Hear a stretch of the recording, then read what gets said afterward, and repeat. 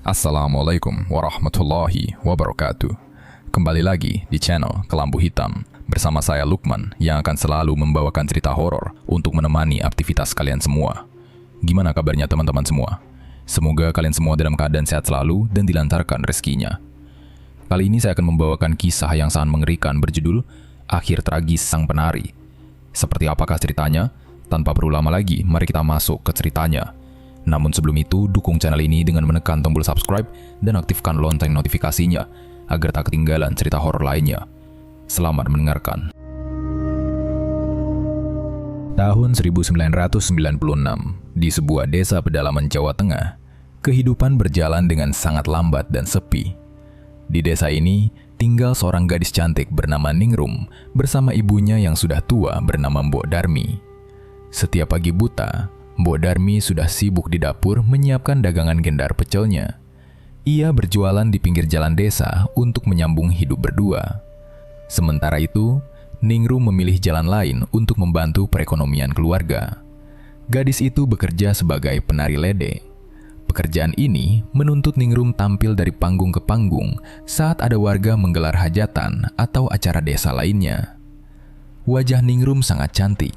Kulitnya bersih dan senyumnya ramah kepada siapa saja.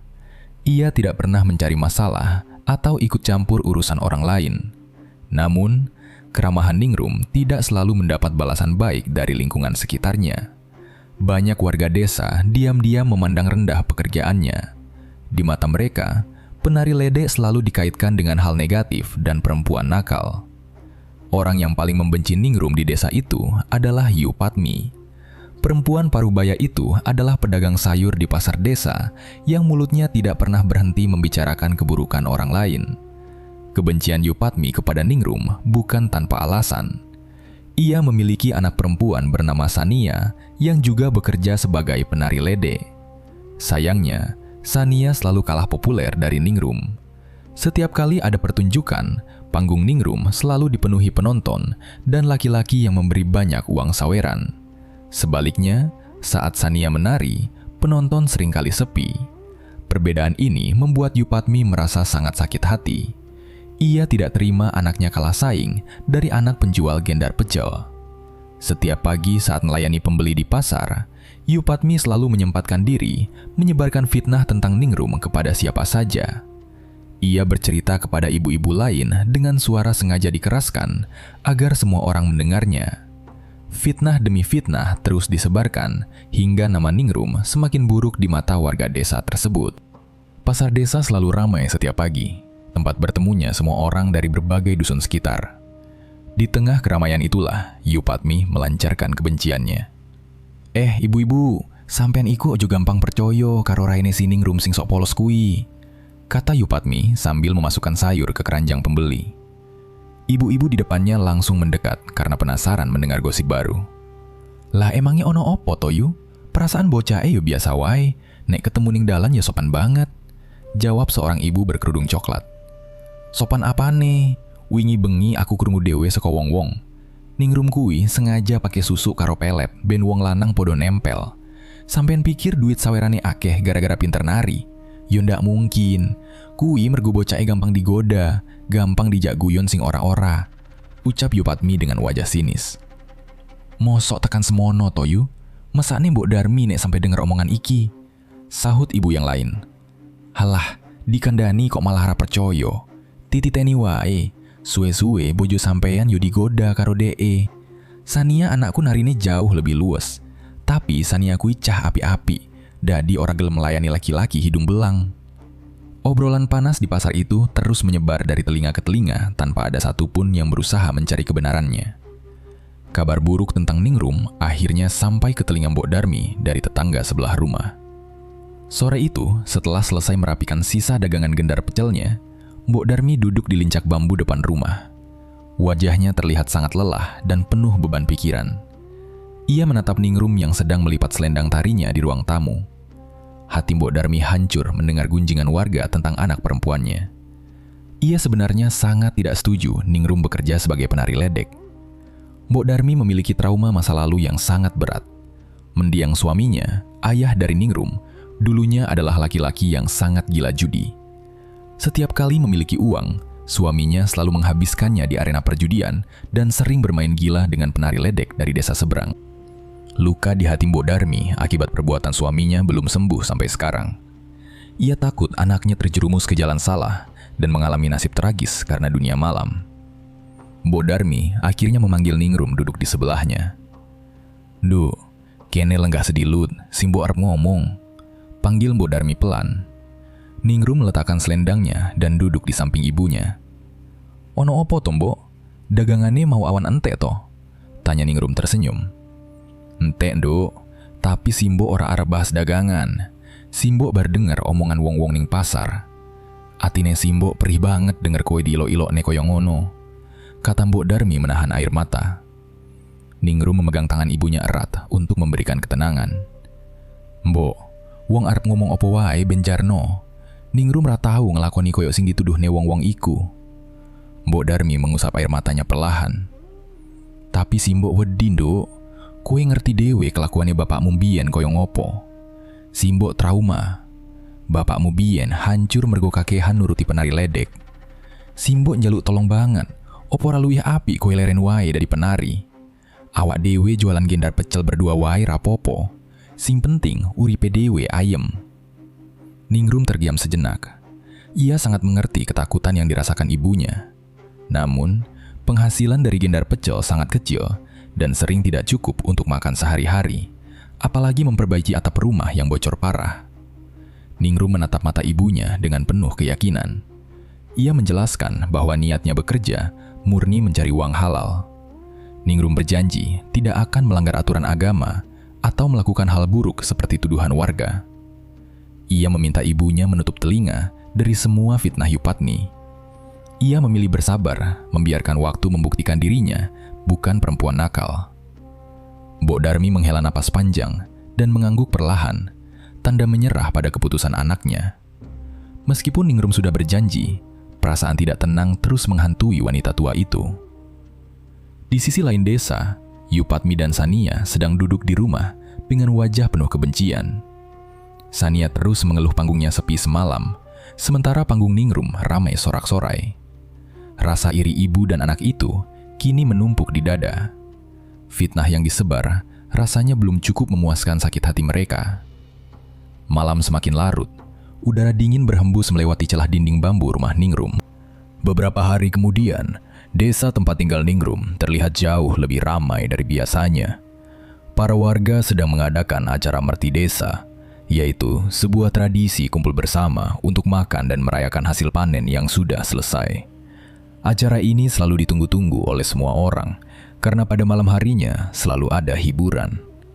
Tahun ini, pihak panitia desa memutuskan untuk memeriahkan acara dengan pertunjukan tanggap ledek. Tentu saja, Ningrum dan Sania kembali dipanggil untuk tampil bersama sebagai penari utama malam itu. Panggung sederhana dari bambu sudah didirikan di lapangan desa.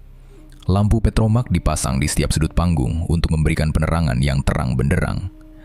Warga sudah mulai berkumpul sejak sore hari, menggelar tikar di depan panggung sambil menunggu acara hiburan dimulai.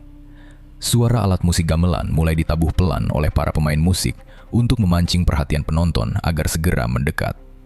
Di sebuah ruangan kecil di belakang balai desa yang dijadikan tempat rias, Ningrum dan Sania sedang sibuk menyiapkan diri. Mereka memakai bedak, merapikan rambut, dan memasang selendang di pinggang masing-masing. Sania terlihat sangat bersemangat malam itu. Ia mematu dirinya berkali-kali di depan cermin kecil yang ia bawa dari rumah. Sania lalu menoleh ke arah Ningrum yang sedang duduk tenang sambil memakai gelang tangan. Sania menggeser duduknya agar lebih dekat dengan Ningrum. Ia menyenggol pelan lengan Ningrum sambil tersenyum lebar. "Rum, kowe ngerti ora? Mengko bengi Mas Sarno anake Pak Kade sebelah arep teko mrene lo," ucap Sania dengan nada suara yang sangat senang. Ningrum menoleh lalu tersenyum menanggapi ucapan temannya itu. "Mas Sarno, sing wonge dhuwur tur pakulitane resi kae to San.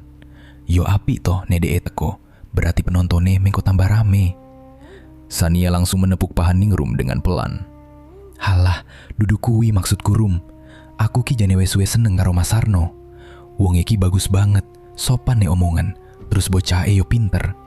Mugi-mugi wae mengko bengi dhek gelem milih nari karo aku. Kue rasah melu-melu goda DE lo ya. Ningrum hanya tertawa kecil mendengar ucapan Sania. Ia sama sekali tidak memiliki niat untuk bersaing atau mengambil perhatian Sarno. Hus, kowe iki ngomong opo to San? Aku yora bakal nggoda sopo-sopo. Mugi-mugi wae Mas Sarno mengko nyedaki kowe, terus ngajak nari bareng. Kowe bengi iki dandanmu ayu banget kok. Pasti Mas Sarno seneng deloke. Mendengar doa dari Ningrum, wajah Sania terlihat semakin cerah. Ia kembali merapikan rambutnya dan memastikan penampilannya sangat sempurna malam itu.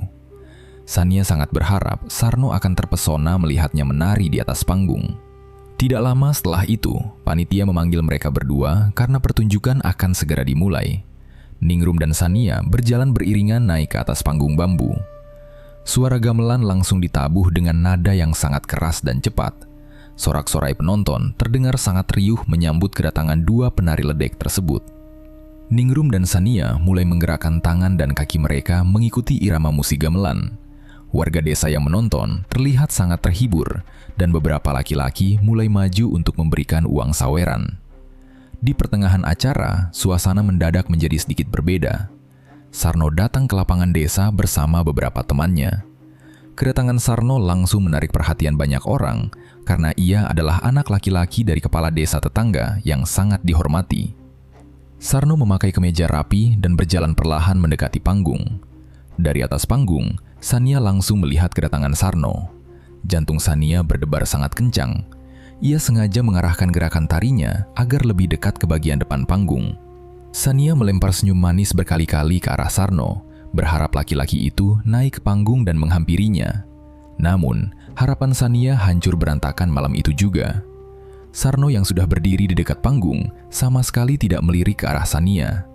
Tatapan mata Sarno justru tertuju lurus kepada Ningrum yang sedang menari dengan gerakan yang sangat luas dan sopan di sisi panggung yang lain. Sarno perlahan naik ke atas panggung, berjalan melewati Sania begitu saja tanpa menoleh sedikit pun dan langsung berhenti tepat di hadapan Ningrum. Sarno tersenyum ramah dan mengulurkan tangannya untuk mengajak Ningrum menari bersama. Suara penonton langsung terdengar semakin kencang melihat kejadian tersebut. Ningrum sedikit terkejut, namun ia tetap bersikap profesional dan membalas senyuman Sarno sambil melanjutkan gerakannya. Di sisi lain, Sania hanya bisa berdiri kaku. Wajahnya langsung memerah karena menahan rasa malu yang luar biasa di depan ratusan pasang mata warga desa. Sania merasa harga dirinya diinjak-injak malam itu. Tangannya mengepal kuat memegang ujung selendangnya. Rasa suka yang tadi memenuhi hatinya tiba-tiba berubah menjadi rasa iri dan amarah yang sangat besar kepada Ningrum. Sania bahkan tidak menyelesaikan tarian terakhirnya. Ia memilih turun dari panggung lebih cepat dan bersembunyi di ruang rias dengan napas yang memburu karena sangat marah. Keesokan paginya, dendam di hati Sania tidak sedikit pun berkurang. Ia justru langsung menceritakan kejadian semalam kepada ibunya, Yupatmi, dengan cerita yang sudah ditambah-tambahi. Yupatmi yang mendengar anaknya dipermalukan tentu saja menjadi sangat marah. Pagi itu juga, di pasar desa, Yupatmi dan Sania mulai melancarkan aksi balas dendam mereka melalui ucapan, "Ibu-ibu, sampean kabeh mau bengido nonton lede ora? Uruh dewe to kelakuannya si Ningrum?" Tanya Yupatmi dengan suara keras sambil melayani pembeli. "Iyo yu, kula weruh dewe Mas Sarno moro-moro milih nari karo Ningrum. Padahal Sania yo ning kono, tapi Mas Sarno belas serang lirik anakmu," jawab seorang pelanggan bertubuh gemuk. "Lah kui sing gawe aku mangkel setengah mati. Ningrum kui pancen wedoan sing ora bener. DE sengaja nggoda Mas Sarno. Sampean delok dewe toh mau bengi carane DE mesem-mesem karo ngobahne selendangi. Kui disengaja ben Mas Sarno kepincut. Ningrum kui ancen niate golek duit akeh saka wong lanang. Anakku Sania nganti nangis ning mburi panggung mergo isin. Duh, lah kok wani mento si Ningrum kelakuan koyok ngono ning ngarepe wong akeh. Padahal bocahe ketok kalem loh," balas pembeli yang lain. "Kalem saka ngendi? Kui menutupi asline wae. Mangkane, sampean kabeh sing duwe bojo kudu ati-ati tenan. Ojo nganti bojone sampean dipeloroti karo cah wedo sing gampang goda wong lanang koyok ngono." Sania yang berdiri di sebelah ibunya hanya diam, tapi wajahnya menunjukkan kepuasan melihat warga mulai terpengaruh. Fitnah yang disebarkan Sania dan Yupatmi hari itu langsung menyebar luas dengan sangat cepat. Semakin banyak warga desa yang percaya bahwa Ningrum memang perempuan yang tidak baik dan sengaja mencari perhatian laki-laki kaya. Sementara itu, Ningrum sama sekali tidak mengetahui semua fitnah kejam tersebut. Ia tetap bangun pagi seperti biasa, membantu Mbok Darmi membuat adonan gendar pecel di dapur dan menyapa tetangga yang lewat di depan rumahnya dengan senyuman ramah. Ningrum menjalani kehidupannya tanpa merasa punya musuh satupun. Di tempat lain, di rumah besar milik kepala desa sebelah, Sarno sedang duduk sendirian di teras rumahnya. Laki-laki itu sedang meminum kopi hangat, namun pikirannya terus mengingat kejadian semalam. Sarno mengingat bagaimana Ningrum tersenyum dengan sangat sopan saat ia mengajaknya menari. Ia sangat kagum pada kesederhanaan dan kelembutan yang ditunjukkan oleh Ningrum. Pertemuan singkat di atas panggung merti desa itu diam-diam membuat Sarno mulai memiliki perasaan khusus kepada Ningrum. Pada suatu malam, Ningrum dan Sania kembali mendapat panggilan untuk menari bersama. Kali ini mereka berdua harus tampil di sebuah desa tetangga yang letaknya cukup jauh dari tempat tinggal mereka. Jalan menuju desa tersebut harus melewati area pinggiran hutan yang sangat sepi dan minim penerangan jika malam hari tiba. Pertunjukan malam itu berjalan lancar seperti biasanya. Warga desa sangat terhibur melihat tarian Ningrum yang luas. Namun Sania menari dengan perasaan yang sangat malas. Dendam di dalam hatinya sama sekali belum hilang. Ia terus memperhatikan Ningrum dengan tatapan mata yang sangat tajam dan tidak bersahabat. Menjelang tengah malam, acara tanggap ledek akhirnya selesai. Warga mulai membubarkan diri untuk pulang ke rumah masing-masing. Di ruang belakang panggung, Ningrum sedang sibuk merapikan pakaian dan selendang tarinya ke dalam tas. Saat Ningrum sedang fokus berkemas menunduk, Sania sengaja keluar lebih dulu tanpa bersuara sedikit pun. Sania berjalan cepat meninggalkan lokasi pertunjukan dan sengaja membiarkan Ningrum sendirian. Sania tidak peduli sama sekali bagaimana cara Ningrum pulang menembus gelapnya malam nanti. Setelah selesai merapikan barangnya, Ningrum keluar dari belakang panggung dengan membawa tasnya. Ia melihat sekeliling lapangan yang sudah sepi dan gelap. Lampu-lampu petromak juga sudah mulai dimatikan satu persatu oleh panitia acara. Ningrum kebingungan karena Sania dan beberapa rombongan penari lainnya sudah tidak terlihat lagi di sana. "Loh, Sania karo rombongan liyane donandi? Kok aku ditinggal dewean ning kene?" ucap Ningrum pelan sambil menengok ke kanan dan ke kiri mencari keberadaan temannya. Ningrum merasa sedikit takut karena suasana desa itu sudah sangat sepi. Ia berjalan pelan menuju jalan utama desa sambil memeluk tasnya erat-erat. Tiba-tiba, terdengar suara mesin motor mendekat perlahan ke arahnya. Ningrum menghentikan langkahnya dan bersiap menyingkir ke pinggir jalan. Lampu motor itu menyorot cukup terang ke arah Ningrum. Pengendara motor itu berhenti tepat di depan Ningrum, lalu membuka helmnya. Ternyata, laki-laki itu adalah Sarno. "Loh, Ningrum, kowe kok durung mulih? Iki wes wengi banget loh, kancamu liyane nandi?" tanya Sarno dengan wajah khawatir. Ningrum sedikit terkejut melihat kedatangan Sarno di tempat sepi itu. "Kulo nggih mboten ngertos, Mas. Pas kulo rampung beres-beres ning mburi panggung, Sania karo liyane wis ra ono. Kulo ditinggal dewean," jawab Ningrum dengan suara sedikit gemetar karena udara malam yang mulai dingin. Sarno langsung turun dari motornya. Ia merasa kasihan melihat Ningrum berdiri sendirian di pinggir jalan. "Ya Allah, kok yo tego tenan kowe ditinggal dewean? Wes, saiki kowe numpak motorku wae. Ayo, tak terke mulih tekan omamu. Bahaya nek cah wedok mlaku dewean wengi-wengi ning dalan sepi," tawar Sarno dengan nada suara yang sangat lembut. Awalnya Ningrum merasa ragu untuk menerima ajakan itu. Tetapi karena ia benar-benar butuh tumpangan dan tahu Sarno adalah laki-laki yang sopan, Ningrum akhirnya menganggukkan kepala lalu duduk menyamping di boncengan motor Sarno. Sepanjang perjalanan pulang, mereka berdua banyak mengobrol untuk memecah kesunyian malam. Angin malam berhembus cukup kencang, membuat suara mereka harus sedikit dikeraskan agar bisa saling mendengar. "Mas Sarno, kok iso ono ning kono mau? Mas Sarno melu nonton ledek toh?" tanya Ningrum dari kursi belakang. Sarno tersenyum kecil sambil tetap fokus melihat jalanan tanah yang bergelombang di depannya. "Iyo Rum, aku mau sengaja teko mrono, mergo pengen nonton kowe nari. Aku jane nunggu kowe rampung, arep tak jak bareng mulih. Malah pas tenan kowe ditinggal kancamu," jawab Sarno jujur. Mendengar ucapan itu, pipi Ningrum terasa sedikit hangat. "Mas Sarno ki iso wae. Kulo niki mung penari ledek biasa loh, Mas. Nopo mboten isin Mas Sarno kancanan karo kulo?" Sarno langsung menggelengkan kepalanya pelan. "Isin ngopo to, Rum? Kowe kui cah wedok sing apik. sopan, pinter golek duit halal dinggo bantu ibumu. Rum, jane aku wis suwe ngatekne kowe.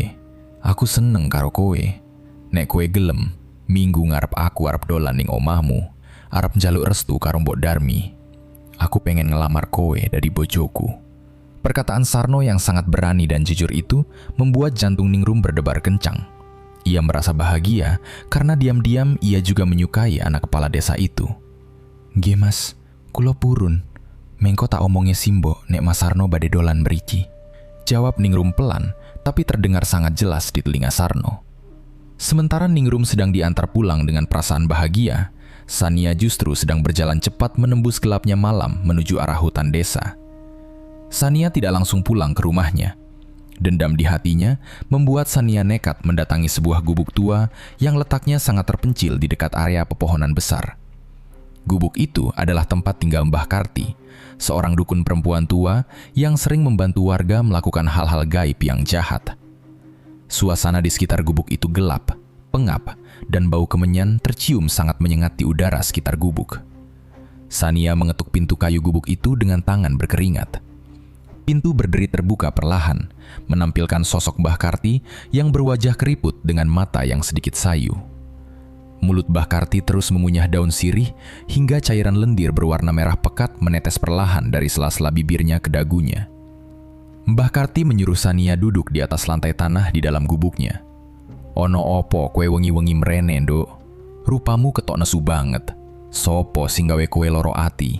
tanya Mbah Karti dengan suara seraknya. Sania menatap mata Mbah Karti secara langsung. "Mbah, kulo badhe nyuwun tolong. Aku pengen gawe uripe Ningrum hancur. DE wes ngrebut wong lanang sing tak senengi. DE yo wes nggawe aku isin ning ngarepe wong akeh. Tolong gawe Ningrun loro sing paling parah, Mbah," ucap Sania dengan nada suara penuh penekanan. Mbah Karti tersenyum, memperlihatkan giginya yang berwarna hitam kemerahan akibat sering memakan sirih. "Gampang nek urusan kuwi. Tapi kowe kudu wani menehi syarat. Iki butuh bagian seko awakmu dhewe dinggo nyambung syarate." Tanpa menunggu persetujuan Sania, tangan Mbah Karti yang kasar langsung menjambak bagian belakang rambut Sania dengan sangat kuat. Sania menjerit kaget saat Mbah Karti mencabut beberapa helai rambutnya langsung dari akarnya dengan tarikan kasar. "Aduh Mbah, loro banget!" teriak Sania memegang kepalanya yang terasa sangat perih. Mbah Karti tidak mempedulikan rintihan Sania. Ia meletakkan helaian rambut Sania itu di atas lembar kain putih polos berukuran kecil. Mbah Karti lalu mengambil segenggam tanah kuburan dari sebuah mangkuk tanah liat di meja kecil dan menaburkan tanah itu di atas rambut Sania. Dukun tua itu kemudian melipat kain putih tersebut rapat-rapat sambil berkomat-kamit merapal mantra dengan bahasa yang sangat cepat dan tidak bisa dimengerti oleh Sania. Setelah proses itu selesai, Mbah Karti mengulurkan bungkusan kain putih itu kepada Sania. "Gowo bungkusan iki. Kowe kudu ngubur bungkusan iki ning sanding kamare si Ningrum wengi iki wae. Ojo nganti ono wong sing weruh kowe mrono. Nek bungkusan iki wes dipendem, sesuk DE bakal langsung ngrasakne akibat seko perbuatanmu." Sania menerima bungkusan itu dengan tangan sedikit gemetar. Rasa dendam yang terlalu besar membuat Sania membuang jauh-jauh rasa takutnya. Ia berterima kasih kepada Mbah Karti, lalu segera bergegas keluar meninggalkan gubuk pengap tersebut. Waktu malam sudah semakin larut. Seluruh rumah warga desa sudah mematikan lampu depan dan mengunci pintu rapat-rapat. Sania berjalan mengendap-endap tanpa alas kaki agar tidak menimbulkan suara saat mendekati pekarangan belakang rumah Ningrum. Ia sangat hafal posisi kamar tidur Ningrum yang berada di sisi kanan rumah. Sania berjongkok perlahan menempel ke dinding anyaman bambu kamar tersebut. Ia menggunakan sebatang kayu tajam untuk menggali tanah tepat di bawah dinding kamar Ningrum. Napas Sania berhembus sangat cepat. Ia menengok ke kanan dan kiri untuk memastikan tidak ada orang yang memergokinya. Setelah lubang tanah itu cukup dalam, Sania segera memasukkan bungkusan kain putih pemberian Mbah Karti ke dasar lubang. Ia menutupi bungkusan itu kembali dengan tanah dan meratakannya menggunakan telapak tangan agar jejak galiannya tidak terlihat. Setelah selesai, Sania langsung berdiri dan berlari pulang menuju rumahnya sendiri. Malam itu udara terasa sangat dingin. Angin berhembus kuat melewati celah anyaman bambu rumah Ningrum. Setelah diantar pulang oleh Sarno, Ningrum masuk ke kamarnya untuk tidur. Perasaannya sangat bahagia mengingat ucapan Sarno di jalan. Namun kebahagiaan itu tidak bertahan lama. Tepat pada tengah malam, saat Ningrum tertidur pulas, suara keras tiba-tiba terdengar dari atas. Suara itu terdengar seperti puluhan batu kerikil dilempar dengan kuat ke atap genteng rumahnya. Suaranya berisik dan terjadi berkali-kali tanpa henti. Ningrum membuka matanya kaget. Ia duduk di pinggir kasur mendengarkan suara itu dengan lebih jelas. Ningrum heran karena tidak mungkin ada anak kecil bermain lempar batu selarut ini. Ia mulai cemas dan mengkhawatirkan keadaan ibunya yang tidur di kamar sebelah. Ningrum berdiri dan berjalan keluar kamar dengan langkah pelan. Suasana rumah gelap gulita karena lampu minyak di ruang tamu sudah dimatikan. "Mbok, si mbok wes turu po durung? Ning jobo kok ono suara wong balangi gendeng to, Mbok? Kulo wedi nek ono maling, Mbok. Si mbok krungu apa ora?" Panggil Ningrum berjalan menuju kamar ibunya. Saat pintu dibuka, kamar Mbok Darmi kosong. Kasurnya tertata rapi dan ibunya tidak ada. Ningrum semakin bingung. Ia kemudian berjalan perlahan menuju arah dapur karena melihat ada sedikit cahaya redup dari sana. Saat sampai di pintu dapur, Ningrum melihat sosok ibunya sedang berdiri membelakangi. Sosok itu diam saja menghadap ke meja kayu tempat menaruh bumbu. "Ya Allah, Mbok. Kulo kaget loh, tak kira si Mbok nandi. Si Mbok ngopo wengi-wengi isi ngadeg ning pawon? Kuwi lho, Mbok, koyone ono wong balangi gendeng omahe dhewe. Ayo bali ning kamar wae, kulo mboten wani dhewean. Kulo ngundang sampean seko mau kok mboten disauri to, Mbok?" Ucap Ningrum melangkah mendekati sosok tersebut. Sosok itu tidak menjawab dan tetap berdiri kaku di tempatnya. Ningrum mulai merasa ada hal aneh karena napas sosok itu terdengar sangat berat dan kasar.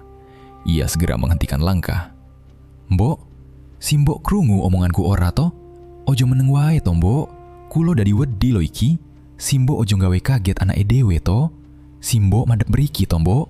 Panggil Ningrum dengan suara bergetar ketakutan. Perlahan sosok itu memutar badannya ke arah Ningrum. Saat terkena cahaya lampu minyak, Ningrum menyadari wajah di depannya sama sekali bukan ibunya.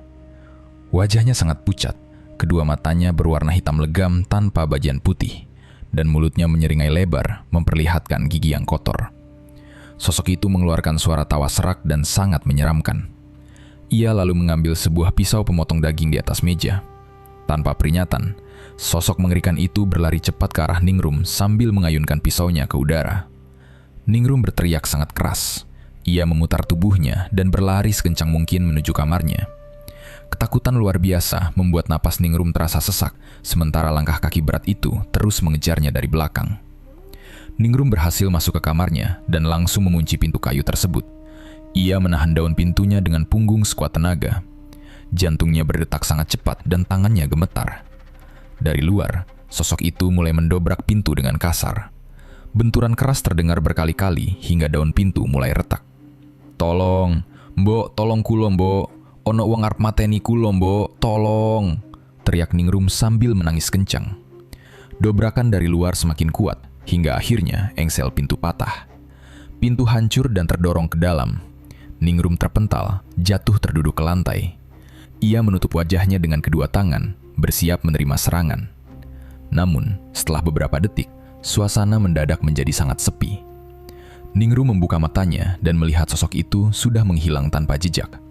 Saat Ningrum baru mau bernapas lega, suhu udara di dalam kamarnya berubah menjadi sangat dingin menusuk tulang. Bau daging membusuk menyengat hidungnya dengan kuat. Dari sudut kamar yang gelap, muncul sesosok makhluk gaib yang badannya sangat tinggi dan besar. Seluruh tubuh makhluk itu dipenuhi bulu lebat berwarna hitam kotor dengan pasang mata merah menyala. Makhluk itu melangkah maju tanpa suara langkah sama sekali. Ningrum ingin segera berlari, namun kakinya terasa kaku. Makhluk besar itu berhenti tepat di depan Ningrum, lalu tangannya yang sangat kasar mencengkeram kepala Ningrum. Gadis malang itu menjerit kesakitan saat makhluk tersebut menjambak rambutnya. Dengan satu tarikan kasar, ia mencabut segenggam rambut Ningrum dari akarnya. Ningrum berteriak histeris merasakan perih. Sesaat kemudian, makhluk mengerikan itu lenyap. Kejadian mengerikan malam itu menjadi awal penderitaan panjang bagi kehidupan Ningrum. Sejak malam itu, ia benar-benar kehilangan seluruh akal sehatnya. Setiap hari ia hanya duduk berdiam diri di sudut kamar sambil menangis histeris, lalu tiba-tiba tertawa sendiri dengan keras, dan kemudian menjerit ketakutan tanpa sebab. Ningrum sama sekali tidak mengenali orang di sekitarnya, bahkan ibunya sendiri. Selain akalnya yang hilang, kondisi fisiknya hancur memprihatinkan.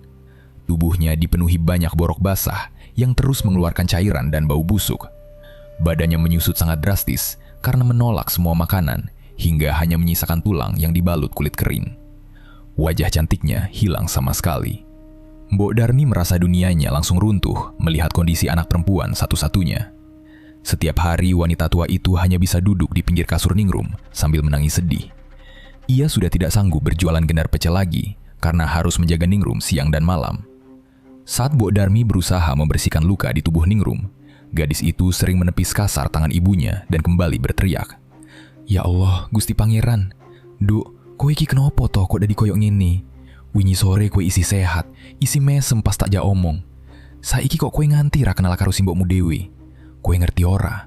Atine simbok perih banget ndelok awakmu akeh lukane. Kowe mari to, Nduk," ucap Mbok Darmi sambil terus mengusap air mata. Ningrum sama sekali tidak peduli. Ia menatap kosong ke arah dinding bambu sambil menggigit ujung selimutnya. "Simbok kudu piye to, Nduk? Simbok ra duwe duit dinggo nggo kowe ning mantri utawa rumah sakit. Kowe ojo gawe simbok bingung koyok ngene to, Nduk. Mengko nek kowe loro terus, sing ngancani simbok ning omah sopo? Kowe wis janji arep nancani simbok terus. Ayo to, Nduk, kowe sadar. Iki simbok," ratap Mbok Darmi dengan suara menyayat hati. Ratapan kesedihan itu hanya dibalas dengan tawa cekikikan Ningrum yang melengking. Tawa orang gila itu terus menggema di rumah yang kini terasa sangat suram. Mbok Darmi memeluk tubuh kurus anaknya dengan erat. Beberapa hari kemudian, Sarno datang berkunjung ke rumah Mbok Darmi. Sarno datang dengan memakai kemeja yang sangat rapi dan wajah yang cerah. Laki-laki itu berniat menepati janjinya untuk melamar Ningrum menjadi istrinya. Namun, saat sampai di depan pekarangan rumah, Sarno merasa ada sesuatu yang aneh. Suasana rumah itu sangat sepi dan terlihat berantakan seperti tidak pernah dibersihkan. Halaman rumah dipenuhi daun kering yang berserakan. Sarno mengetuk pintu kayu rumah tersebut beberapa kali sambil mengucapkan salam dengan suara lantang. Tidak lama kemudian, Mbok Darmi keluar dari dalam rumah. Sarno sangat terkejut melihat wajah Mbok Darmi yang terlihat sangat tua, kusut, dan kedua matanya bengkak karena terus-menerus menangis. Belum sempat Sarno menanyakan kabar, terdengar suara jeritan keras Ningrum dari dalam kamar tidurnya. Sarno berniat melangkah masuk untuk melihat apa yang sedang terjadi, tetapi Mbok Darmi langsung menahan dada Sarno dan mendorong pemuda itu keluar dari pintu rumah. "Kowe ngopo mrene? Arep ngopo kowe mrene, Mas Sarno? Wes cukup penderitaane anakku, ojo mbok tambah-tambahi meneh," bentak Mbok Darmi dengan suara keras dan tubuh bergetar hebat. Sarno sangat bingung mendapat perlakuan kasar tersebut. Ia memegang tangan Mbok Darmi untuk menenangkannya. "Loh, Mbok, kulo mriki niki badhe silaturahmi. Kulo badhe netepi janji kulo teng Ningrum. Ningrum niku kenapa to, Mbok? Kok suarane nangis nganti banter banget ing jero kamar? Kulo pengen niliki Ningrum sedilut wae, Mbok. Kulo khawatir banget," jawab Sarno dengan nada memohon. Hati Mbok Darmi yang sudah dipenuhi tekanan mental dan termakan oleh fitnah warga langsung meledak. Ia menunjuk wajah Sarno dengan jari telunjuknya. "Ra usah niliki anakku. Iki kabeh gara-gara kowe. Sejak kowe ngeterke anakku mulih wengi kae, uripe Ningrum langsung hancur dadi koyo ngene. Kowe ngapusi anakku to. Saiki wong sak desa do ngomong nek anakku nggunake pelep tinggo narik atimu. Terus saiki anakku kena ajab dadi edan mergo pelete balik nyerang awake dhewe. Lunga kowe seko kene, ra usah balik mrene meneh," usir Mbok Darmi sambil menangis histeris. Sarno mencoba menjelaskan bahwa dirinya benar-benar tulus dan tidak tahu apa-apa tentang semua tuduhan itu. Namun Mbok Darmi sudah menutup telinga rapat-rapat. Dengan langkah berat hati, Sarno akhirnya melangkah mundur dan meninggalkan pekarangan rumah itu. Di sisi lain desa, Sania dan Yupatmi justru semakin berani menyebarkan cerita bohong kepada seluruh warga. Pagi itu di pasar desa yang sedang ramai, Yupatmi sengaja berbicara dengan suara yang sangat lantang agar semua orang mendengar fitnah yang ia buat. Ia memanfaatkan kondisi Ningrum yang sekarang sudah tidak waras sebagai bukti untuk meyakinkan warga. "Ibu-ibu, sampean do wes krungu urung kabare si Ningrum saiki. Bocahe saiki edan ngamuk-ngamuk ning omahe awan bengi. Awake kebak borok sing mambu banger. Kuwi lo sing jenenge kena ajab, mergonggunae ilmu ireng. Ucap Yupatmi sambil menata sayuran dagangannya dengan wajah penuh kepuasan. Ibu-ibu di sekitarnya langsung menghentikan kegiatan memilih sayur dan berkerumun mendekat karena penasaran. Lah kok iso tekan kena ajab ngono to yu? Kulo kaget loh krungu kabare. Pantesan Mbok Darmi wes pirang-pirang dino ra tau ketok dodolan gendar pecel ning pinggir dalan. Sahut seorang pembeli dengan wajah terkejut. Sania yang ikut menjaga dagangan ibunya langsung menyela pembicaraan ibu-ibu tersebut. Iyo bu, kulo ngerti dewe asline ningrum kui piye. DE kui gunae susu karo pelet ben Mas Sarno kepincut mbek DE. Tapi mergo Mas Sarno kui anake wong alim, pelete ningrum malam balik nyerang awake dewe. Saiki DE dadi edan, mergo ra kuat nahan ilmu ireng sing dianggo dewe. Mangkane kulo biyen wes ngomong, ojo gampang percaya karo raine sing so alim kui. Asline kelakuane bejat. Yupatmi langsung mengangguk setuju dan menambahkan cerita yang semakin memperburuk keadaan ningrum. Bener tenan omongane anakku kui. Mangkane saiki ra usah ono sing nyedak utawa nulungi keluargane Mbok Darmi. Mengko ndak sampean kabeh malah ketularan apes utawa kena sawane si ningrum. Jarno wae kui urusane dhewe nanggung dosane.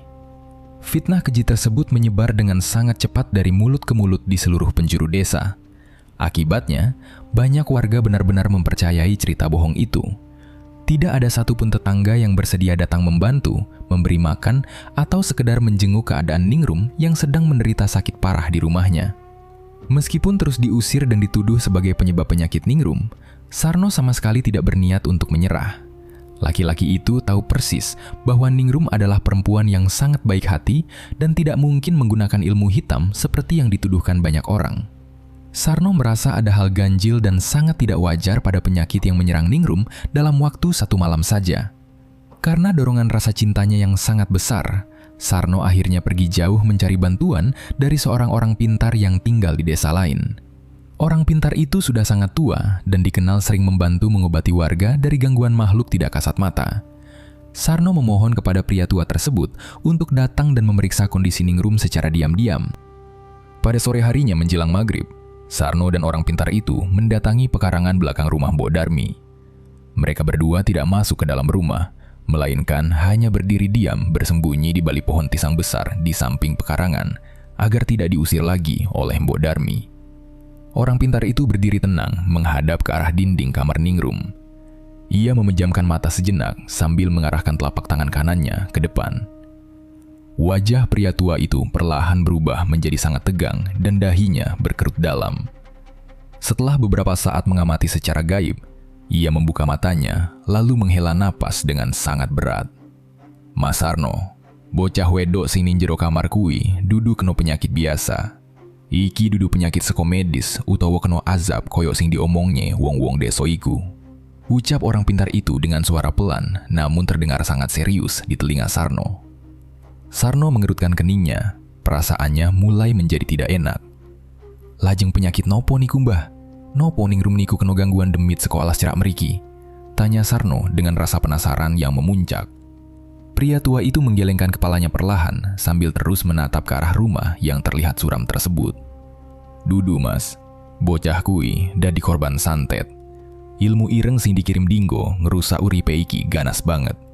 Ono wong sing benci setengah mati karo DE. Wong kui sengaja ngirim penyakit lewat media gaib ben bocah wedok kui uripe hancur pelan-pelan nganti mati. Energinya peteng banget nih sekitar kamar kui. Akeh makhluk kasar sing ngelilingi bocah. Mendengar penjelasan tersebut, dada Sarno terasa sangat sesak. Napasnya memburu menahan amarah yang tiba-tiba memuncak di kepalanya. Sarno mengepalkan kedua tangannya dengan sangat kuat. Keyakinannya sejak awal terbukti benar. Ada seseorang yang dengan sengaja mengirimkan bencana mematikan ini untuk menghancurkan hidup perempuan yang sangat dicintainya. Pandangan mata Sarno menjadi sangat tajam mengarah ke dinding kamar ningrum. Pikirannya dipenuhi tanda tanya besar tentang siapa orang yang memiliki rasa iri dan dendam sebesar itu kepada gadis sebaik ningrum. Setelah mendapat penjelasan dari orang pintar, Sarno tidak tinggal diam. Ia terus mencari tahu siapa orang yang tega mengirim santet kepada ningrum. Sarno mencoba mengingat-ingat siapa saja orang yang memiliki masalah atau pernah bertengkar dengan ningrum selama ini. Di tengah kebingungan Sarno mencari jawaban setiap harinya, Suatu sore, datang seorang perempuan paruh baya ke rumah Mbok Darmi dengan tergesa-gesa. Perempuan itu bernama Tuti, seorang mantan penari ledek yang dulunya sangat terkenal di desa tersebut, namun tiba-tiba berhenti menari beberapa tahun lalu karena alasan sakit misterius. Tuti datang menjenguk karena mendengar kabar buruk tentang penyakit aneh yang menimpa Ningrum. Saat sampai di depan rumah, Tuti melihat Sarno sedang berdiri di depan pintu, memohon kepada Mbok Darmi agar diizinkan masuk. Mbok Darmi yang wajahnya terlihat sangat pucat dan kehabisan tenaga, akhirnya menyerah. Ia membiarkan Tuti dan Sarno masuk ke dalam rumah untuk melihat kondisi Ningrum. Bau cairan luka busuk langsung menyengat hidung mereka saat pintu kamar Ningrum perlahan dibuka oleh Mbok Darmi. Tuti langsung menutup hidungnya menggunakan ujung kerudung yang ia pakai. Matanya terbelalak kaget melihat keadaan Ningrum yang sangat mengerikan. Gadis cantik itu kini hanya tinggal tulang dibalut kulit dengan tubuh penuh luka borok yang terus mengeluarkan cairan kuning. Ningrum duduk di sudut kasur dengan tatapan mata kosong dan napas yang berbunyi kasar. Pemandangan itu langsung membuat seluruh tubuh Tuti bergetar hebat. Kenangan buruk dari masa lalunya mendadak muncul kembali di kepalanya. Tuti memegang lengan baju Mbok Darmi dengan tangan yang gemetar ketakutan. "Ya Allah, Mbok, kahanan anake sampean kok tekan koyok ngene toh? Iki persis banget karo sing tak alami pirang-pirang tahun biyen pas aku isih dadi penari ledek ning desa kene," ucap Tuti dengan suara bergetar menahan tangis melihat penderitaan gadis malang tersebut. Mbok Darmi dan Sarno langsung menoleh ke arah Tuti dengan wajah terkejut. Sarno mendekati Tuti untuk meminta penjelasan lebih lanjut karena penasaran. "Maksud sampean pripun toh, Mbak Tuti? Sampean biyen gih nate gerah aneh koyong ngoten niki tah pas dadi penari?" tanya Sarno dengan nada mendesak. Tuti menghela napas panjang menenangkan dirinya yang masih ketakutan. Ia menatap Mbok Darmi dan Sarno bergantian. "Iyo Mas Sarno, mbiyen awakku yo kebak borok mambu banger, lan rasane panas banget koyo diobong geni. Aku nganti meh edan mergo ra kuat nahan lorone tiap wengi. Penyakit iki dudu penyakit biasa, Mbok. Ningrum iki kena santet saka wong sing iri banget karo DE. Lan aku ngerti persis sapa wong sing tega ngirim santet ala iki." Mendengar ucapan Tuti, dada Sarno berdebar sangat kencang karena firasatnya benar. "Sopo wonge, Mbak? Tolong omong teng kulo, ben kulo saged ngurus wonge saiki pisan. Kulo pun ra trimo Ningrum digaweni koyong ini," paksa Sarno dengan wajah tegang menahan marah. Tuti menelan ludahnya pelan sebelum menjawab pertanyaan pemuda itu. "Wonge kui Yupatmi karo anake, si Sania. Biyen pas aku isih laris dadi penari ledek, Sania kui tansah kalah saing karo aku. Yupatmi ra trimo anake kalah pamor, terus DE nggunake ilmu ireng saka dukun ben uriku hancur lan aku ra iso nari meneh. Aku yakin 100% nek saiki Sania karo Yupatmi sing gawe Ningrum dadi koyo ngene mergo dendam iri." Pengakuan dari Tuti tersebut membuat Sarno semakin yakin bahwa pelaku utama di balik penderitaan Ningrum adalah Sania dan ibunya Yupatmi. Sarno mengepalkan tangannya sangat kuat di samping badan hingga buku-buku jarinya memutih menahan emosi. Semua kecurigaannya selama ini akhirnya terbukti benar dengan kesaksian langsung dari korban sebelumnya. Mbok Darmi yang mendengar kenyataan pahit itu langsung menjatuhkan dirinya ke lantai sambil menangis histeris. Ia sangat menyesal karena selama ini justru menyalahkan Sarno tanpa alasan dan mempercayai omongan kosong Yupatmi di pasar desa yang sengaja disebar untuk menutupi kejahatannya sendiri. Namun sebelum Sarno sempat melangkah pergi mendatangi rumah Sania untuk menuntut balas, kondisi Ningrum mendadak menjadi sangat buruk. Ningrum tiba-tiba berteriak dengan suara yang sangat melengking dan menyakitkan telinga. Tubuhnya kejang-kejang kuat dan ia mulai mengamuk membanting barang-barang di sekitarnya. Ningrum mengambil pecahan mangkuk tanah liat di dekat kasur dan berusaha melukai lehernya sendiri berulang kali. Sarno dan Mbok Darmi panik melihat kejadian itu. Mereka langsung berlari menahan tubuh Ningrum sekuat tenaga agar pecahan mangkuk itu terjatuh. Ningrum ronta-ronta dengan tenaga yang sangat tidak wajar untuk ukuran tubuhnya yang sangat kurus kering. Sarno terpaksa mencari tali tambang tebal di dapur dan mengikat kedua tangan serta kaki Ningrum ke tiang ranjang kayu agar gadis itu tidak terus melukai dirinya sendiri. Ningrum terus menjerit keras dan melotot ke arah mereka dengan pandangan mata penuh amarah dari makhluk gaib yang menguasai tubuhnya. Kejadian mengerikan itu terus berlanjut berhari-hari. Pada suatu malam yang sangat sepi, keadaan Ningrum menjadi sangat kritis. Malam itu hujan turun dengan deras menambah suasana mencekam di rumah Mbok Darmi. Suara jeritan Ningrum terdengar semakin serak dan putus asa dari dalam kamarnya. Mbok Darmi sangat panik dan sudah tidak sanggup lagi menangani anaknya sendirian. Tubuh wanita tua itu sangat lelah, kurang tidur, dan ketakutan. Tanpa memperdulikan hujan deras yang mengguyur badannya, Mbok Darmi berlari keluar rumah menuju desa sebelah untuk mendatangi rumah Sarno. Ia mengetuk pintu rumah Sarno sambil menangis memohon pertolongan secepatnya. Sarno yang melihat kedatangan Mbok Darmi dalam kondisi basah kuyup di tengah malam, segera mengambil senter besar dan payung.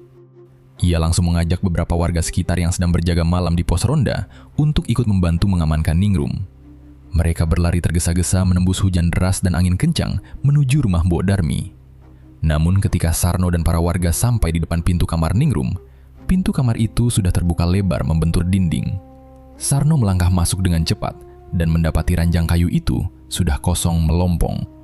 Tali tambang tebal yang digunakan untuk mengikat tangan dan kaki Ningrum terlihat putus dengan cara ditarik paksa dan berserakan di atas lantai kamar yang dingin.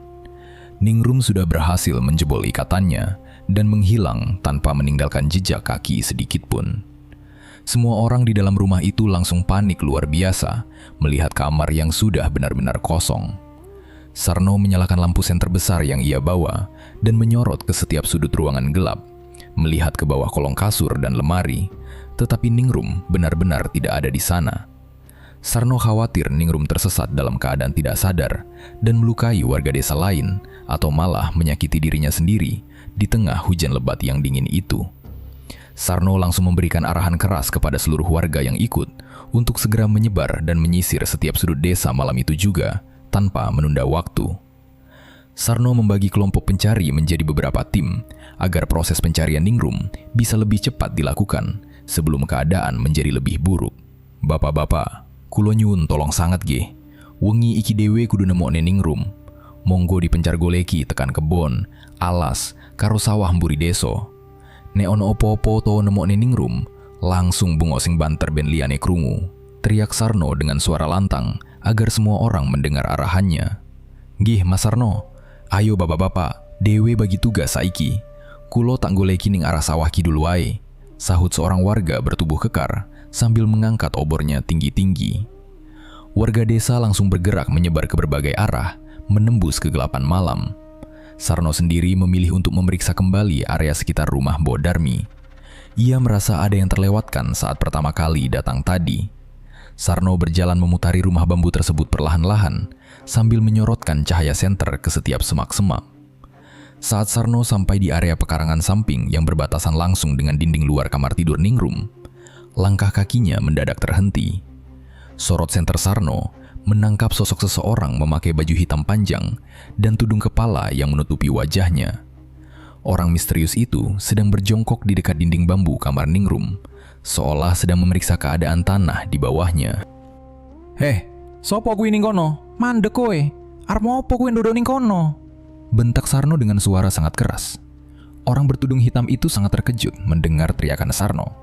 Ia langsung berdiri dan berlari sekencang mungkin menerobos semak-semak menuju arah hutan di belakang rumah. Sarno tidak membuang waktu. Ia langsung berlari mengejar orang tersebut melewati pepohonan pisang dan jalanan tanah yang licin sisa hujan. Jarak mereka berdua cukup dekat, namun orang misterius itu terlihat sangat hafal jalanan desa yang gelap gulita. Saat Sarno berbelok di persimpangan jalan kecil dekat batas hutan, sosok bertudung hitam itu mendadak hilang di telan kegelapan malam. Sarno menyorotkan senternya ke segala arah dengan napas terengah-engah. Ia mencari celah di antara pohon-pohon besar, namun orang itu benar-benar sudah tidak terlihat lagi. Sarno sangat kesal karena kehilangan jejak. Rasa curiganya semakin membesar. Ia memutuskan untuk kembali ke tempat orang itu berjongkok tadi. Sesampainya di samping dinding kamar Ningrum, Sarno berjongkok dan mengarahkan senternya ke permukaan tanah. Ia melihat ada tanah yang terlihat tidak rata dan lebih gembur dibandingkan sekitarnya. Tanpa banyak berpikir, Sarno langsung menggali tanah itu menggunakan kedua tangan kosongnya. Tanah basah itu ia singkirkan dengan cepat.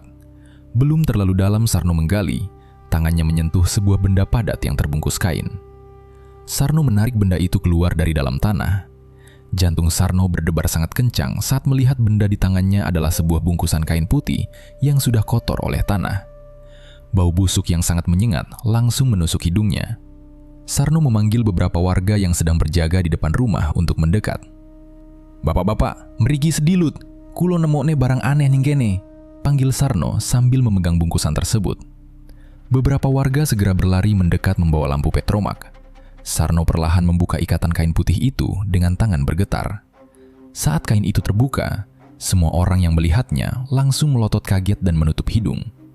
Di dalam kain itu terdapat gumpalan rambut manusia yang sudah membusuk, dicampur dengan tanah hitam yang diyakini sebagai tanah kuburan, dan dipenuhi oleh belatung hidup yang bergerak-gerak menjijikan. "Astagfirullahalazim, Mas Sarno, ikira bungkusan santet toh. Berarti bener omongannya sampean, ningrum iki dudu edan kena azab, tapi eneng wong sing ngirim ilmu irem rene," ucap seorang bapak tua dengan wajah pucat pasi melihat belatung tersebut. Sarno tidak bisa menahan air matanya lagi. Ia menangis melihat bukti kejahatan yang selama ini menyiksa Ningrum. "Nggih Pak, niki bungkusan santet sing gawe Ningrum loro parah. Wong sing layu mau pasti sengaja ngecek bungkusan iki. Kulo wes ngerti sopo wonge," jawab Sarno dengan suara serak menahan tangis dan amarah. Warga desa yang berkerumun melihat bungkusan itu langsung merasa sangat bersalah. Selama ini mereka telah menyebarkan fitnah dan menjauhi Ningrum karena termakan omongan bohong Yupatmi dan Sania.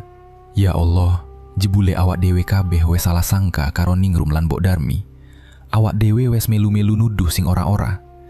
Ayo bapak-bapak, saiki dewe kudu luwih tenanan goleki Ningrum. Kulo dadi rumangsa duso tenan marang keluarga iki, kata warga yang lain dengan nada penuh penyesalan. Kesadaran warga desa memicu semangat baru. Mereka segera menyebar kembali dengan jumlah yang lebih banyak, masuk lebih dalam ke area hutan dan sawah untuk mencari gadis malang tersebut. Proses pencarian berlangsung sangat lama hingga menjelang pagi hari. Udara semakin dingin saat rombongan Sarno menyusuri jalan setapak di dekat area persawahan yang jauh dari permukiman warga. Tiba-tiba, terdengar suara teriakan salah satu warga dari arah semak-semak tinggi di pinggir pematang sawah. "Mas Sarno, meriki mas, Ningrum ketemu ning kene mas," teriak orang itu dengan suara panik. Sarno dan warga lainnya langsung berlari sekuat tenaga menuju sumber suara. Saat sampai di pematang sawah tersebut, langkah Sarno langsung terhenti. Lututnya seketika lemas melihat pemandangan di depannya. Di balik semak-semak lebat itu, tubuh Ningrum ditemukan dalam posisi telentang tidak bernyawa. Kondisi jenazahnya sangat memprihatinkan dan membuat beberapa warga tidak kuat menahan rasa mual. Tubuh gadis yang dulu sangat cantik itu kini sudah membusuk parah, mengeluarkan bau yang sangat menyengat dan dikerubungi lalat hitam di sekujur lukanya. Ningrum meninggal dunia sendirian dalam keadaan yang sangat tragis dan menyedihkan. Mbok Darmi yang ikut menyusul di belakang rombongan langsung menjerit histeris saat melihat jenazah anaknya. "Ningrum, anakku, kowe kok ninggalnya sing mbok dewean tondo, ya Allah!" teriak Mbok Darmi sebelum akhirnya tubuh rentanya jatuh pingsan di atas tanah basah. Sarno langsung menjatuhkan tubuhnya berlutut di samping jenazah perempuan yang sangat ia cintai. Sarno menangis sangat keras tanpa memperdulikan pandangan orang lain. Ia merutuki dirinya sendiri karena datang terlambat untuk menyelamatkan Ningrum.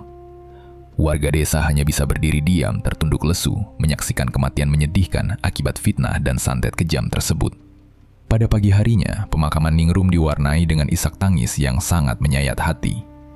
Warga desa berkumpul di tempat pemakaman umum dengan perasaan bersalah yang sangat besar di dada mereka. Mbok Darmi harus dipapah oleh beberapa ibu-ibu tetangga karena kakinya sudah tidak kuat lagi menopang tubuh rentanya. Sarno berdiri mematung di samping gundukan tanah merah yang masih basah itu. Matanya memerah dan bengkak karena terus menangis meratapi kepergian perempuan yang sangat ia cintai. Setelah acara pemakaman selesai dan doa penutup dibacakan, suasana duka yang sunyi perlahan berubah menjadi kemarahan massal. Warga desa yang sadar telah ditipu dan dimanfaatkan oleh Yupatmi serta Sania mulai berkumpul di depan halaman balai desa. Mereka membawa bambu runcing, kayu balok, dan parang tajam dengan wajah yang sangat marah dan napas memburu. "Bapak-bapak, awak dewe kabeh wes diapusi ente-entean karo Yupatmi lan anake. Mergo omongane wong loro kuwi, awak dewe melu doso, nuduh Ningrum nganti bocahe mati ngenes. Saiki ayo kabeh moro ning omahe Yupatmi. Wonge kudu tanggung jawab, nyowo dibayar nyowo," teriak seorang bapak parubaya dengan urat leher menonjol menahan emosi. "Bener kuwi Pak, ojo nganti wong loro kuwi ucul saka desa iki. Tego tenan mateni anake tanggane dhewe nganggo santet mergo iri. Ayo kabeh budal saiki, dhewe serat metu wonge," balas warga lainnya dengan suara sangat lantang. rombongan warga yang sedang dikuasai amarah itu berjalan beramai-ramai menuju rumah Yupatmi. Sesampainya di depan pekarangan, tanpa basa-basi, mereka langsung mendobrak pintu kayu rumah tersebut hingga engselnya hancur berantakan. Namun suasana di dalam rumah itu sangat sepi dan gelap. Warga mencari ke setiap kamar, memeriksa area dapur hingga menyisir halaman belakang rumah. Tetapi Sania dan Yupatmi sama sekali tidak ada di sana. Lemari pakaian di dalam kamar mereka sudah terbuka lebar dan isinya kosong melompong. Ternyata ibu dan anak itu sudah mengetahui bahwa kejahatan mereka terbongkar tadi malam. Mereka berdua melarikan diri dari desa secara diam-diam saat warga sedang sibuk mencari jasad Ningrum di area persawahan. Warga desa sangat kesal dan melampiaskan amarah mereka dengan merusak beberapa perabotan yang tersisa di rumah tersebut. Sania dan Yupatmi pergi membawa dosa besar dan tidak pernah ditemukan lagi keberadaannya oleh warga desa hingga bertahun-tahun kemudian. Setelah kejadian itu, Sarno dan Mbok Darmi harus hidup dalam kesedihan yang sangat mendalam. Sarno sering datang berkunjung ke rumah Mbok Darmi untuk membawakan bahan makanan dan merawat wanita tua itu layaknya ibunya sendiri. Namun, kepergian Ningrum menyisakan rasa sedih yang tidak ada akhirnya. Rumah anyaman bambu itu selalu terasa sangat sepi dan dingin setiap harinya. Mbok Darmi lebih sering menghabiskan waktunya dengan duduk berdiam diri di lincak depan rumah. Matanya terus menatap jalanan tanah yang kosong, berharap anak perempuannya tiba-tiba berjalan pulang membawa senyuman seperti dulu. Sarno sendiri lebih banyak diam menunduk. Laki-laki itu kehilangan semangat hidupnya dan sering melamun di teras rumahnya sendiri memikirkan nasib tragis yang menimpa Ningrum. Beberapa bulan setelah kejadian tragis itu, keadaan desa perlahan mulai berjalan normal kembali. Kepala desa dan para panitia memutuskan untuk mengadakan acara merti desa lagi. Mereka mengundang rombongan penari ledek dari desa tetangga yang letaknya cukup jauh untuk memeriahkan suasana malam itu. Panggung bambu berukuran besar kembali didirikan di tengah lapangan desa persis seperti sebelumnya. Suara alat musik gamelan mulai ditabuh dengan keras untuk mengundang warga berkumpul. Awalnya, pertunjukan berjalan dengan sangat lancar dan meriah. Para penari melenggak-lenggok di atas panggung diiringi sorak-sorai para pemuda dan warga yang menonton dari bawah panggung. Namun saat pertengahan acara, suasana malam mendadak berubah menjadi sangat mencekam. Angin berhembus cukup kencang hingga membuat lampu petromak bergoyang-goyang tidak teratur. Udara di sekitar lapangan menjadi sangat dingin menembus kulit. Bau cairan busuk luka yang sangat menyengat tiba-tiba tercium kuat oleh semua orang yang hadir di sana. Salah satu penari yang sedang menari di atas panggung mendadak menghentikan gerakannya dengan kaku. Matanya melotot lebar, menatap nyeri ke arah sudut gelap di sebelah bawah panggung. Penari itu melihat sosok perempuan dengan tubuh sangat kurus kering, dipenuhi luka borok yang membusuk, dan rambut acak-acakan yang basah. Sosok mengerikan yang menyerupai tubuh rusak Ningrum itu menatap tajam ke arah panggung dengan mata merah menyala penuh amarah. Penari itu langsung menjerit ketakutan dan jatuh pingsan di atas lantai panggung. Kepanikan mulai terjadi di tengah lapangan. Belum sempat panitia naik untuk menolong penari yang pingsan, beberapa penari lainnya dan beberapa ibu-ibu penonton mendadak tertawa melengking dengan suara yang sangat menyeramkan. Tubuh mereka kejang-kejang kuat dan mulai mengamuk membanting barang-barang di sekitar mereka secara bersamaan. Iki omahku, kue kabeh wes nggawe aku loro. Kue kabeh melu salah mergo fitnah kui. Aku ra trimo dipateni koyo ngene. Teriak salah satu penari yang kesurupan sambil menunjuk-nunjuk ke arah kerumunan warga dengan tatapan mata yang sangat buas. Astagfirullahaladzim, iki kesurupan masal. Tulung bapak-bapak kabeh, dicekeli wargane sing kesurupan ben orang ngamuk rusak barang. Iki pasti arwahin Ningrum sing isih nyimpen dendam karo deso iki. Teriak kepala desa menggunakan alat pengeras suara mencoba menenangkan situasi yang sudah sangat kacau balau. Warga laki-laki berusaha sekuat tenaga menahan tubuh orang-orang yang kesurupan agar tidak saling melukai. Sementara warga perempuan dan anak-anak berlarian menyelamatkan diri pulang ke rumah masing-masing sambil menangis ketakutan. Pertunjukan ledek malam itu benar-benar hancur berantakan. Kejadian kesurupan massal dan penampakan hantu itu ternyata tidak hanya terjadi malam itu saja. Setiap kali desa tersebut nekat mengadakan acara tanggap ledek, arwah Ningrum selalu muncul dan kembali meneror para penari serta warga desa yang menonton. Sosoknya yang hancur dan berbau busuk sering terlihat berdiri diam di dekat panggung untuk menuntut balas atas rasa sakit hati dan penderitaan yang merenggut nyawanya. Warga desa benar-benar merasa ketakutan, dihantui rasa bersalah, dan tidak bisa hidup tenang akibat teror yang terus berulang tersebut. Demi menghentikan rentetan kejadian buruk yang memakan banyak korban kesurupan itu, para tetua desa dan perangkat desa akhirnya berkumpul di balai desa. Mereka membahas masalah ini dengan sangat serius dan berujung membuat keputusan yang sangat tegas. Para tetua desa sepakat untuk menghapus dan melarang secara resmi tradisi pertunjukan tanggap lede di desa itu untuk selama-lamanya. Panggung bambu pertunjukan tidak pernah lagi didirikan dan alunan suara gamelan tidak pernah lagi terdengar mengiringi tarian lede di sana sejak keputusan itu dibuat. Bertahun-tahun kemudian, Mbok Darmi yang terus hidup dalam penderitaan dan kesedihan yang panjang akhirnya meninggal dunia di rumah bambunya karena sakit usia tua. Atas permintaan warga desa yang masih merasa berdosa, jenazah Mbok Darmi dimakamkan tepat di sebelah makam Ningrum. Tujuannya agar ibu dan anak itu bisa kembali bersama berdampingan dengan tenang di alam sana. Sementara itu, Sarno memilih pergi merantau meninggalkan desa tersebut untuk melupakan semua kenangan pahit yang telah menghancurkan masa mudanya. Kisah tragis kehidupan Ningrum selalu diceritakan secara turun-temurun oleh setiap generasi di desa tersebut. Cerita menyedihkan itu menjadi pengingat yang sangat nyata bagi semua warga, bahwa ucapan fitnah, rasa iri hati yang tidak dikontrol, dan perbuatan kejahatan gaib akan selalu membawa kehancuran dan malapetaka panjang bagi kehidupan orang-orang yang sama sekali tidak bersalah. Cerita pun berakhir. Terima kasih buat teman-teman yang udah menyimak cerita ini sampai akhir. Buat teman-teman yang baru bergabung, jangan lupa untuk subscribe dan aktifkan lonceng notifikasinya. Nantikan cerita horor terbaru dari Kelambu Hitam. Saya Lukman, mohon pamit undur diri. Wassalamualaikum warahmatullahi wabarakatuh.